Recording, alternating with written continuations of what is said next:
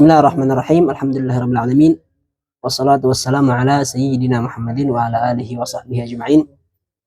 Amma ba'd. Kembali lagi kita dengan kitab atau buku ilmu pengantar belajar ilmu nahwu. Pengantar belajar ilmu nahwu. Karya Ustaz Hasan bin Ahmad Bahar. Sekarang kita memasuki nomor 8 dari buku ini.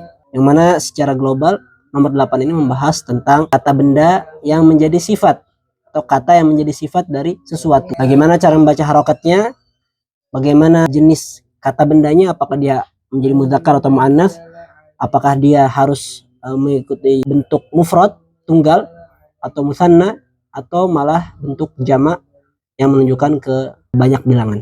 Nah, di sini beliau berkata, tiap-tiap kata sifat harokatnya sama dengan isim yang disifati. Begitu pula mudzakkar atau muannatsnya, nakirah atau ma'rifahnya, dan mufrad, musanna serta jamaknya. Seperti contohnya di sini, ja'ar rajulul karim. Ja'a telah datang, ar-rajulu laki-laki itu, al-karimu yang bersifat mulia. Al-karimu di sini adalah kata yang menjadi sifat dari ar-rajulu. Al-karimu artinya yang mulia. Sifat dari laki-laki yang datang. Nah, apa harokat terakhir dari al-karim? Harokatnya mengikuti yang disifati. Dalam contoh ini, ar-rajulu adalah isim yang jatuh setelah fi'il. Maka dia disebut fa'il, seperti yang kita pelajari di nomor 2, harokatnya dhammah, ja'ar rajulu. Rajulu. Maka karena al-karim ini adalah sifat dari ar-rajulu, tentu harokatnya harus sama. Ar-rajulu dhammah, maka al-karimu juga dhammah. Contoh kedua, baka at-tiflus saghiru. Telah menangis anak kecil itu, anak kecil yang kecil. Contoh ketiga, ya'kulul waladu al-kabiru ar-ruzzal katsira. Sedang makan anak yang besar itu ar-ruzzal katsira, nasi yang banyak. Contoh keempat, yafhamut tilmidhu adz-dzakiyyu ad-darsa as-su'ba. Telah sedang memahami murid yang cerdas itu ad-dars as-su'ba, pelajaran yang sulit. Contoh kelima, at-tayru ala syajaratin 'aliyatin. Burung itu berada di atas pohon yang tinggi. Katabtu ad-darsa biqalamin jadidin. Aku telah menulis pelajaran dengan pena yang baru. Nah, jadi tadi apa? Kata yang menjadi sifat, maka harokat terakhirnya harus sama dengan kata yang disifati. Juga harus sama dalam mudzakkar dan muannatsnya. Juga harus sama dalam jamak, mufrad dan musannanya. Dalam contoh pertama tadi, ar-rajulul karim, kita sudah bahas harokat terakhir. Sekarang pembahasan harus sama dalam mudzakkar dan muannats. Ar-rajul artinya adalah seorang laki-laki. Laki-laki itu. Maka ini maknanya adalah laki-laki. Al-karimu adalah sifat dari isim mudzakkar, maka dia harus menjadi mudzakkar. Sehingga di sini tidak menggunakan ta marbutah. Al-karimu. Jadi al-karimu mudzakkar, ar-rajulu juga mudzakkar. Al-karim mengikuti ar-rajul. Itu di dalam muannats mudzakkarnya. Kemudian di dalam ma'rifah dan nakirah, ar-rajulu adalah isim yang kemasukan alif lam. Yang mana pada pembahasan kemarin kita sudah bahas isim yang kemasukan alif lam itu disebut dengan isim ma'rifah. Al-karimu di sini adalah sifat dari ar-rajul. Oleh karena ar-rajul isim ma'rifah, maka al-karimu juga harus isim ma'rifah. Bagaimana caranya? Dengan menggunakan alif dan lam. Al-karimu. Nah, kemudian tadi kata sifat harus sama dalam musanna, mufrad dan jamaknya. Ar-rajulu, seperti pertemuan kemarin yang kita bahas, ar-rajulu adalah isim mufrad yang menunjukkan kepada tunggal, seorang laki-laki. Laki-laki itu, satu orang laki-laki itu. Oleh karena dia tunggal mufrad, maka al-karimu juga menggunakan isim mufrad, yaitu al-karimu. Tidak menggunakan musanna al-karimani atau al-kiramu jamak, tidak. Tapi al-karimu mengapa? Karena dia mensifati isim yang mufrad, maka dia juga harus mufrad.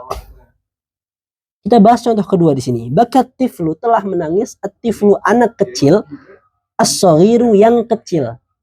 At-tiflu anak, as-saghiru yang kecil. As-saghiru dia di sini menjadi sifat dari anak. yang kecil, ya kan? As-saghiru yang kecil, berarti sifat dari anak tadi. Apa tadi kaidahnya? Harokat isim yang menjadi sifat harus sama dengan harokat yang disifati. Dalam contoh ini at-tiflu, dia berharokat dhammah. Mengapa? Karena dia menjadi fa'il, maka dibaca dhammah. Oleh karena itu as-saghir pada contoh ini harus dibaca dhammah juga. Mengapa? Karena as-saghir adalah sifat dari at-tiflu. Itu kaidah pertama. Kaidah kedua, isim yang menjadi sifat harus sama dengan yang disifati di dalam mudzakkar dan muannasnya. Kita lihat sekarang at-tiflu, apa? Anak kecil laki-laki. Anak kecil laki-laki. Di sini tidak ada tak marbutohnya dan juga maknanya makna laki-laki. Maka dia masuk ke dalam isim mudzakkar. Oleh karena at-tiflu, isim yang disifati ini adalah mudzakkar, maka as-saghiru yang menjadi sifat juga harus mudzakkar. As-saghiru tidak menggunakan tak marbutoh. Bukan as-saghiratu, tapi as-saghiru. Menyesuaikan pada isim yang disifati dan dia sekarang dalam contoh ini mudzakkar. Kaidah yang ketiga, isim yang menjadi sifat harus menyamai dengan yang disifati dalam apa? Nakirah dan ma'rifah. Sekarang kita lihat at-tiflu, isim yang ada alif lamnya.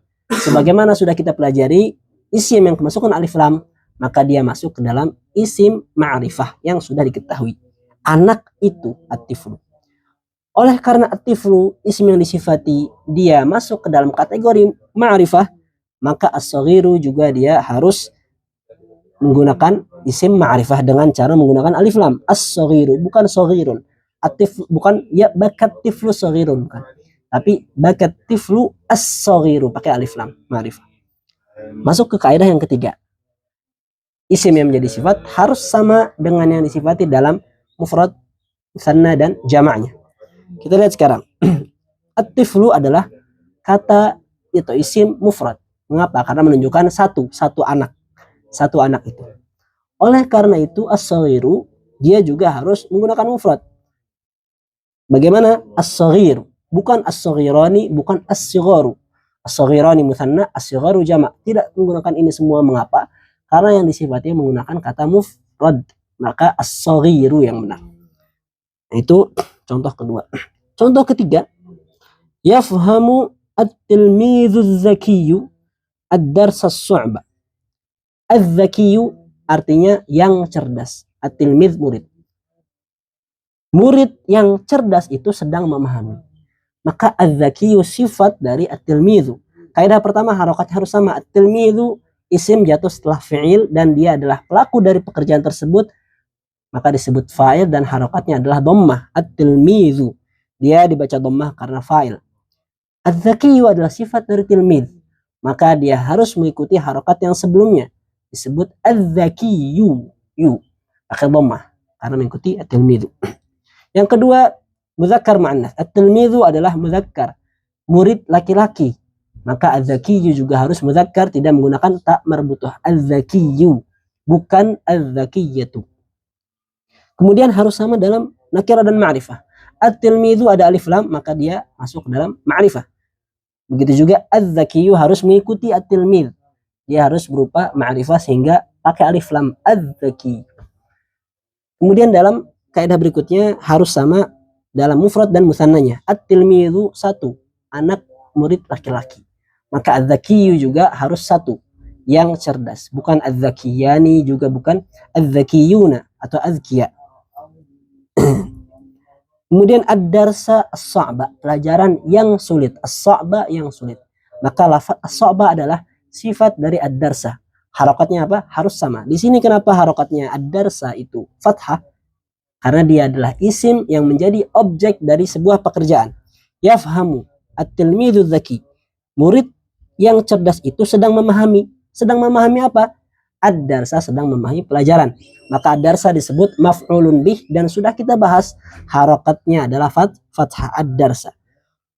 As-soba yang menjadi sifat ad-darsa karena dia menjadi sifat dari isim yang berharokat fathah akhirnya, maka dia juga harus berharokat fathah as-soba.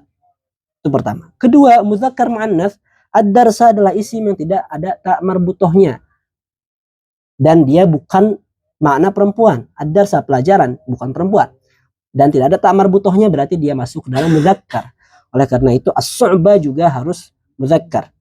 Dan di sini mudzakkar, tidak ada tak marbutohnya. Kemudian nakirah ma'rifah.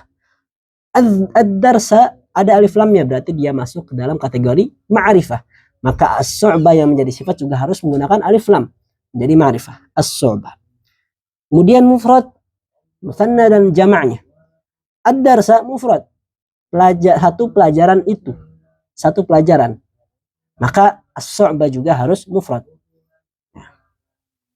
Contoh berikutnya yang kelima, at-tayru ala syajaratin 'aliyah. Syajaratin 'aliyah, pohon yang tinggi. 'Aliyah di sini adalah sifat dari pohon. Nah, kaidahnya bagaimana? Sifat harokatnya harus sama dengan yang disifati.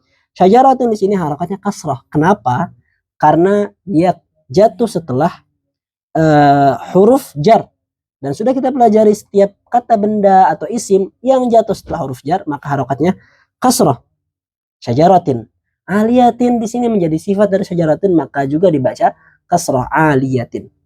Pertama. Yang kedua, muannas muzakkar. Syajarah artinya bukan perempuan. Tapi syajarah di sini ada tak marbutohnya. Dan isim yang ada tak marbutohnya, dia masuk ke dalam kategori muannas. Oleh karena itu aliyah juga harus muannas menggunakan tak marbutoh, bukan aliyin tapi aliyatin. Kenapa? Karena dia menjadi sifat dari isim muannas. Terus pembahasan berikutnya nakirah dan ma'rifah. Syajaratin tidak ada alif lamnya. Maka artinya adalah sebatang pohon. Oleh karena itu dia masuk ke dalam kategori nakirah. Aliyah di sini menjadi sifat dari syajarah. Syajarah nakirah.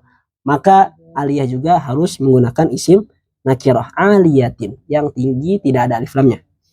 Kemudian mufrad dan musanna. Syajarah sebatang pohon, satu, berarti dia mufrad. Maka aliyah juga harus mufrad, aliyatin yang tinggi, satu, bukan aliyatani, bukan aliyat. Ya.